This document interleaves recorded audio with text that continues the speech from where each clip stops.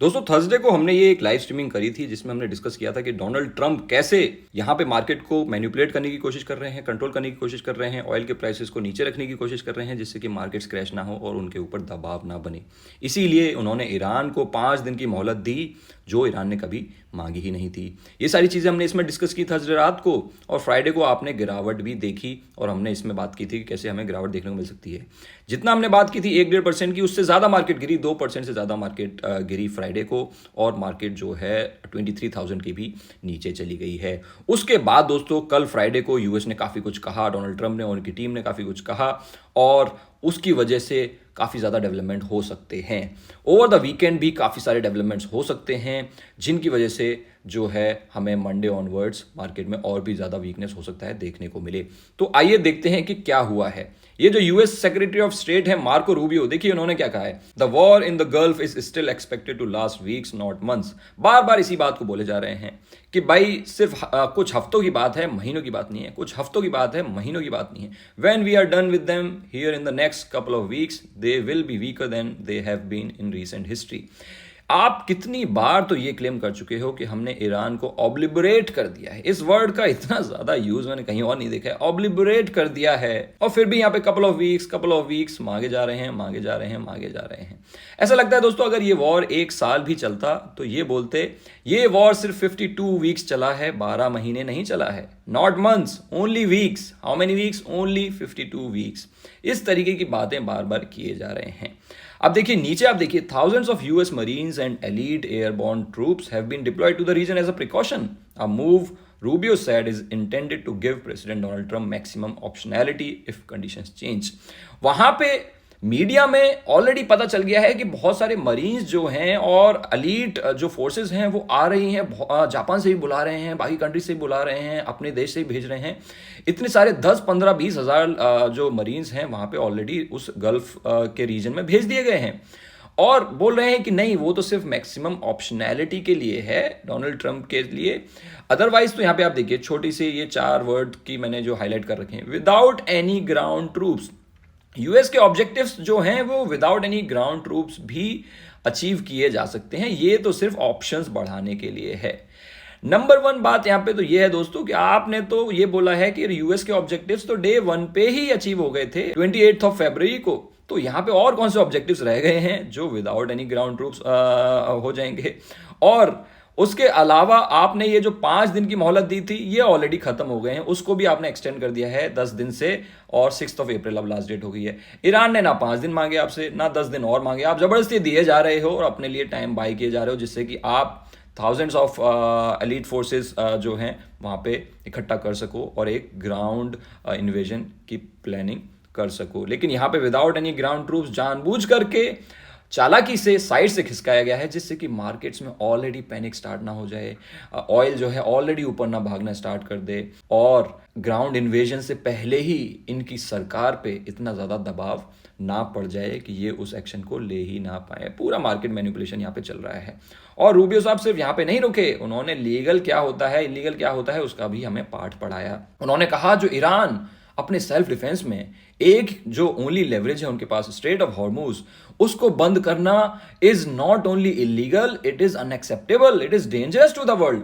World की चिंता है इनको, यूएस को वर्ल्ड की चिंता है, ईरान के देश को तो वो ऑब्लिबरेट कर देते हैं, कर दिया है हजारों बार, और ये बोल रहे हैं कि स्ट्रेट ऑफ हॉर्मुज को कंट्रोल करना डेंजरस है, अनएक्सेप्टेबल है, इलीगल है। क्या लीगल है, क्या इलीगल है दोस्तों, आप मुझे नीचे कमेंट सेक्शन में बता सकते हो। यूएस और इजराइल का अटैक ईरान के ऊपर इलीगल है, या फिर अपने सेल्फ डिफेंस में ईरान का स्ट्रेट ऑफ हॉर्मुज को just as a leverage use करना and yet allowing friendly countries के ships to pass through that strait, वो इलीगल है, आप मुझे बता सकते हो। तो यहाँ पे पूरी तरीके से बौखलाया हुआ है डोनाल्ड ट्रंप और उनका एडमिनिस्ट्रेशन। यहाँ पे आप देख सकते हो रशिया के पार्ट को भी कितना डाउन प्ले किया गया है कि नहीं वहां पे रशिया कुछ नहीं कर रहा है ईरान के साथ, जो हमारे ऑपरेशंस को अफेक्ट कर रहा हो, क्योंकि यहाँ पे अपेरेंटली और अपेरेंट क्या है, ईरान ने खुल के बोला है कि रशिया जो है वो इंटेल देता है उन्होंने इंटेल देता है नहीं बोला है, बस बोला है रशिया और चाइना हमें हेल्प करते हैं। पर हेल्प किस चीज़ में करते हैं? इंटेल देने में हेल्प करते हैं कि यूएस के एयर बेसिस कहाँ हैं, आपको एग्जैक्टली पिन पॉइंटेड जियो लोकेशन कहाँ है जहाँ पे आपको अटैक करना चाहिए, सारी हेल्प रशिया करता है।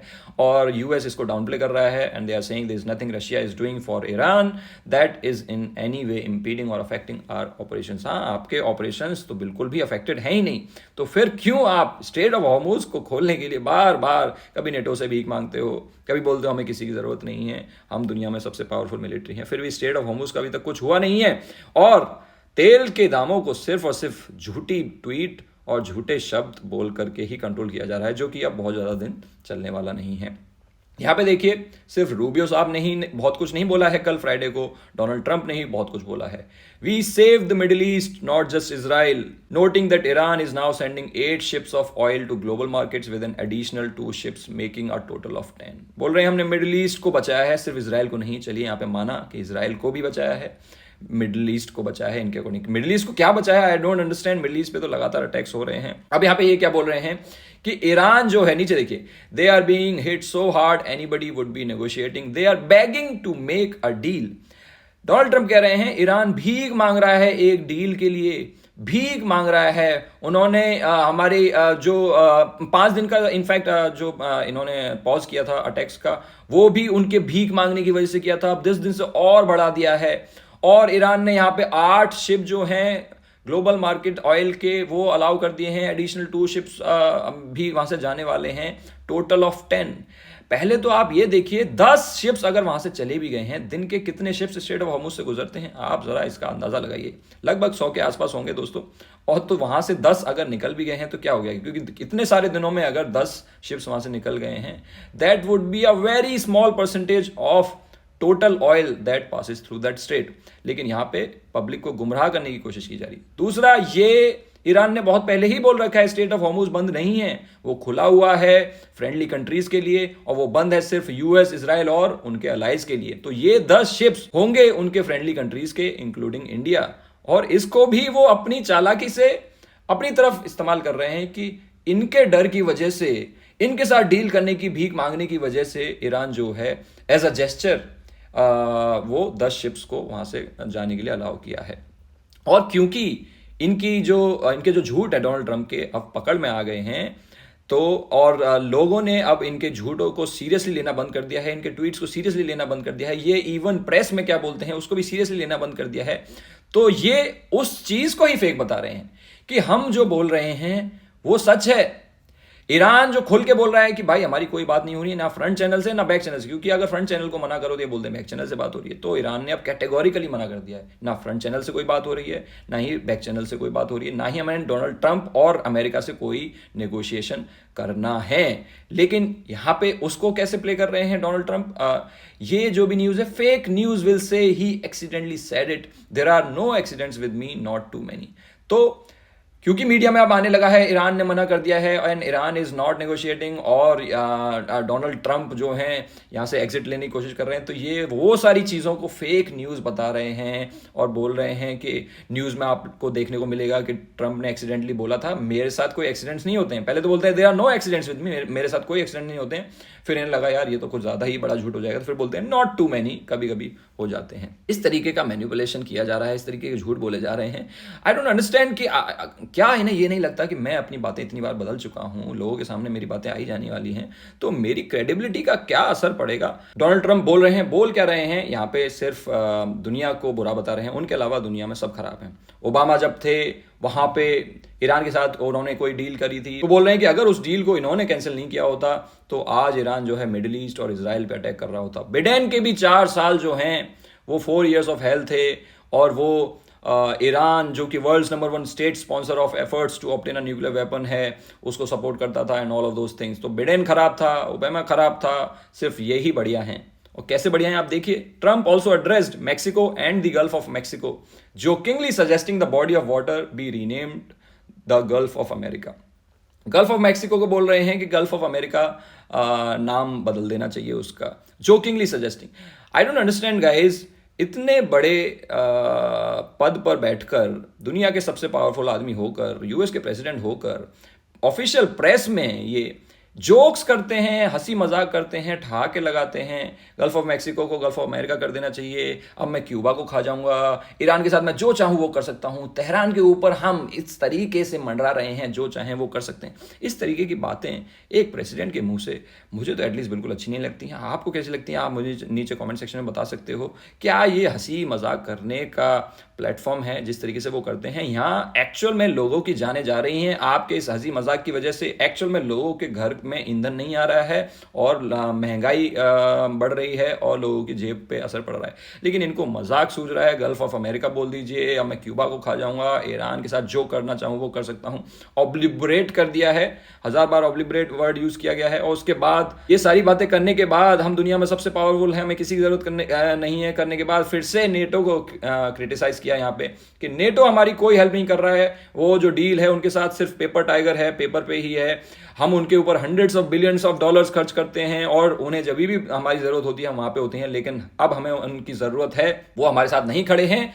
कहां नहीं खड़े हैं दोस्तों? स्ट्रेट ऑफ हॉर्मुज को खुलवाने के लिए अपनी नेवी नहीं भेज रहे हैं, अपने नेवी के लोगों को मरवाने के लिए नहीं भेज रहे हैं स्ट्रेट ऑफ हॉर्मुज में, क्योंकि वहां पे बहुत सारी कैजुअलिटीज होना तय है और उसके लिए नेटो को खरी खोटी सुना रहे हैं। लेकिन कुछ दिन पहले ही बोला था हमें किसी की जरूरत नहीं है, हम दुनिया के सबसे पावरफुल मिलिट्री हैं, किसी नेटो वगैरह की हमें जरूरत नहीं है। बार बार हर दिन, इनफैक्ट एक ही दिन में एक ही इंटरव्यू में अपनी बात को ये पलट सकते हैं। इस तरीके से है डोनाल्ड ट्रंप और उनका एडमिनिस्ट्रेशन भी, उनके जो भी एडवाइजर सेक्रेटरी वगैरह हैं वो भी इसी तरीके से हो गए हैं। तो देखिए यहाँ पे नेटो को खरी खोटी सुना दी है और फिर सिर्फ खरी खोटी नहीं सुनाई, उनको भी धमकी दी जा रही है कि अगर नेटो हमारे साथ नहीं आएगा मैं ये नेटो की अलायंस तोड़ दूंगा। अब नेटो विदाउट यूएस एक्चुअल में काफी ज्यादा वीक हो जाएगा, लेकिन नेटो भी और दुनिया भी अब समझ गई है कि डोनाल्ड ट्रंप को सिर्फ एक ही नेगोशिएशन टेक्निक आती है, वो है धमकी देना, और अब उनकी धमकी को कोई सीरियसली नहीं ले रहा है दुनिया में और स्पेशली मार्केट में। दोस्तों, जब कोविड की वेव आई थी, फर्स्ट वेव, तो मार्केट ने बहुत बैडली रिएक्ट किया, लेकिन सेकेंड वेव में कोविड की वेव को भी मार्केट्स ने ज्यादा सीरियसली नहीं लिया, क्योंकि अब उन्हें पता चल गया था कि what they were dealing with.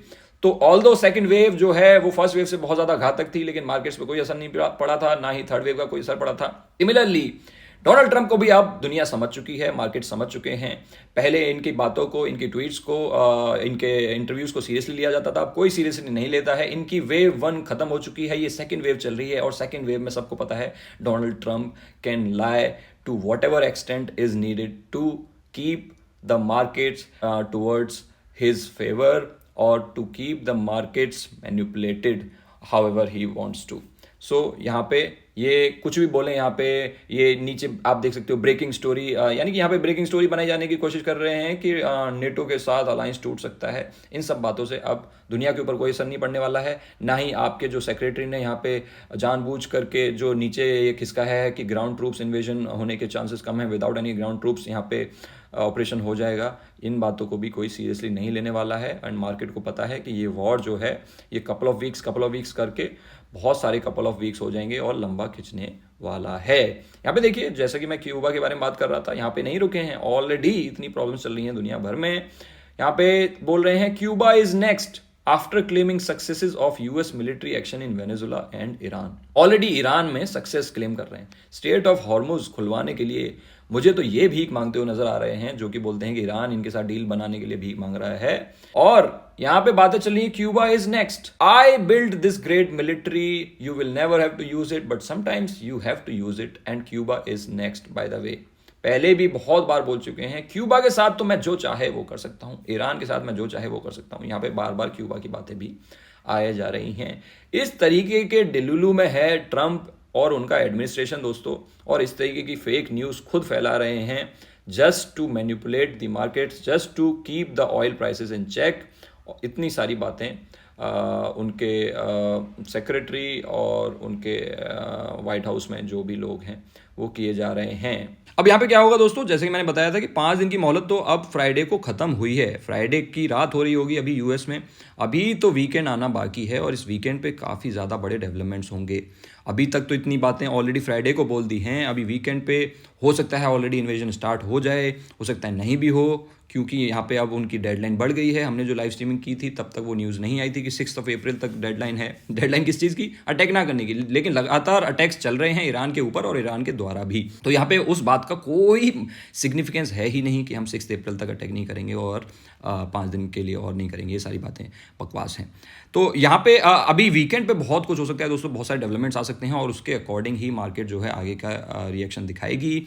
Unless Iran की तरफ से कोई पॉजिटिविटी आती है, डोनाल्ड ट्रंप और उनकी टीम के वर्ड्स को बहुत ही पिंच ऑफ सॉल्ट के साथ मार्केट्स लेंगे और उनको भी पता है कि जो डोनाल्ड ट्रंप है मार्केट को मैनिपुलेट करने की कोशिश कर रहे हैं। तो नेगेटिव न्यूज़ को डेफिनेटली मार्केट्स लेंगे, लेकिन अपनी तरफ से वो पॉजिटिव न्यूज़ डालने की कोशिश करेंगे, उसको मार्केट सीरियसली नहीं लेंगे unless there is something substantial और देयर इज समथिंग एविडेंट। उसके अलावा सिर्फ शब्दों पे और फेक न्यूज़ बोल देने से इन सारी बातों पे मार्केट जो है अब उनके ध्यान नहीं देगी। तो बहुत सारे डेवलपमेंट्स होंगे वीकेंड पे और जब ये सारे डेवलपमेंट्स हो जाएंगे तो संडे रात को हम फिर से एक लाइव स्ट्रीमिंग करेंगे जिससे कि हम डिस्कस कर सकें कि इन सारे डेवलपमेंट्स के बाद अब मंडे और जो आने वाला वीक है उसमें क्या हो सकता है। मोस्ट लाइकली वीकनेस ही रहने वाली है। अब अगर हम इस चैलेंज के बारे में बात करें, डे 435 है इस चैलेंज का। आपको यहाँ पे 169 का लॉस देखने को मिल रहा है। आप देख सकते हो 25,100 की पुट हमारी चल रही है, 25,900 की पुट चल रही है मंथली, जो कि बाय द वे गाइस बता देता हूँ कि ट्यूसडे की मार्केट की छुट्टी है, इसीलिए जो मंथली और वीकली एक्सपायरी है वो कल ही है। तो ये दोनों पोजीशंस कल एक्सपायर होंगी, तो इनको हम स्क्वायर ऑफ करेंगे और सेम स्ट्राइक प्राइस की नई पोजीशंस लेंगे क्योंकि ये दोनों की दोनों इन द मनी हैं। चार्ट पर नजर डालें, 2.08% की गिरावट थी फ्राइडे को और आप देख सकते हो रेड मारा बोजू कैंडल बनी है, काफ़ी वीक कैंडल बनी है, लेकिन इन कैंडल्स पे बिल्कुल मैं ध्यान नहीं देने वाला हूँ क्योंकि कैंडल का कोई रेलेवेंस सिग्निफिकेंस नहीं है at this point of time. यहाँ पे सिर्फ और सिर्फ न्यूज़ बेस्ड मार्केट चल रही है। वीकेंड पे जो न्यूज़ आएगी, जैसी न्यूज़ आएगी उसके अकॉर्डिंग मार्केट्स जो हैं यहाँ पे रिएक्ट करेंगे। Markets can very well go to 22,500 again and even to 22,000 अगर यहाँ पे ईरान की तरफ से कोई नेगोशिएशन से रिलेटेड बातचीत नहीं होती है या ईरान कहीं से किसी भी तरीके का कंफर्मेशन नहीं देता है। सो मार्केट्स में अभी दोस्तों यहाँ पे न्यूट्रल या फिर थोड़ा सा बेयरिश रहने में for the time being and for the short run ही भलाई है और यूएस के और डोनाल्ड ट्रंप की बातों को सीरियसली ना लेने में ही भलाई है। ऐसा काफ़ी ज़्यादा पॉसिबल है कि यहाँ पे ग्राउंड इन्वेजन भी स्टार्ट हो जाए और ग्राउंड इन्वेजन होगा तो कैसी कैसी पॉसिबिलिटीज़ इमर्ज होकर के आ सकती हैं, क्या क्या हो सकता है मार्केट्स में। ये सारी बातें मैंने उस लाइव स्ट्रीमिंग में डिटेल में बता रखी हैं, आप चाहें तो उसको चेकआउट कर सकते हो। उस लाइव स्ट्रीमिंग में बहुत ही इंपॉर्टेंट बातें, इंपॉर्टेंट स्टॉक्स, काफ़ी कुछ बातें हुई हैं। I think you all should check out that live streaming. उसको मैं नीचे यहाँ पे वीडियो में डिस्क्रिप्शन में डाल दूंगा या फिर फर्स्ट कमेंट में भी डाल दूंगा। चलिए गाइज, आज की वीडियो में बस इतना ही। आई होप आप लोगों को मज़ा आया होगा and I will see you next time.